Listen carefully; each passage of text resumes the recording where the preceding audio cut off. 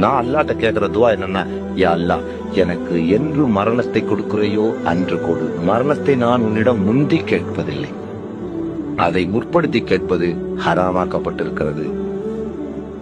ஆனால் கொடுக்கிற மரணம் ஒரு ஷஹாதத்தை. வீணா என்ன நோயில நொடியில படுக்க வச்சு சாகடிச்சு இந்த உலகத்தையே நான் பலதை இழந்துட்டேன், அங்கேயும் நான் இழக்கக்கூடிய ஒரு ஏமாற்றியாளியா என்ன பண்ணிடாத. என் அத்தா அம்மா எல்லாம் கூட உனக்காக திறந்து வந்துட்டேன், அவங்க வஃபா தண்ணி தான் போய் பார்த்தேன். சொத்து சுகத்தையெல்லாம் கூட உனக்காக இழந்து கொண்டிருக்கிறேன், இன்னும் இழந்து கொண்டிருப்பேன்.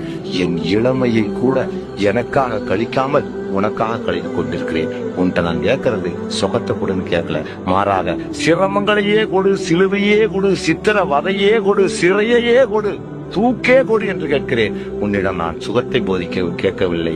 உன்னிடம் கேட்பது செல்வாக்கை கேட்கவில்லை, பதவியை கேட்கவில்லை, செல்வங்களை கேட்கவில்லை, லௌகீக பொருட்களை கேட்கவில்லை.